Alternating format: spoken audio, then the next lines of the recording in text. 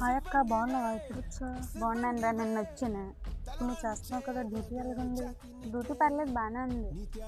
నేవికి వెళ్ళాలని ఆలోచన నీకు ఎలా వచ్చింది?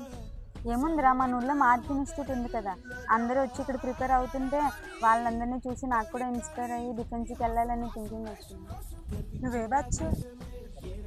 జూన్ 23లో నోటిఫికేషన్ పడింది. నోటిఫికేషన్ పడిన తర్వాత నేను మార్క్ ఇన్స్టిట్యూట్లో జాయిన్ అయ్యాను. సార్ ఇచ్చిన మంచి గైడెన్స్ అండ్ ఇన్స్ట్రక్షన్స్తో కంప్లీట్ ప్రిపరేషన్ చేసి 5-6 మంత్స్లోనే ప్రాసెస్ కంప్లీట్ అయిపోయింది. కాల్ లెటర్ రావడం, నేను ట్రైనింగ్ వెళ్ళిపోవడం, ఇదంతా అయిపోయింది. నేవీ ఎస్ఎస్ఆర్ అమ్మాయిలకి ఓకేనా? పర్లేదు, బాగానే ఉంటుంది. బట్ సీ సర్వీస్ కొంచెం టఫ్గా ఉంటుంది.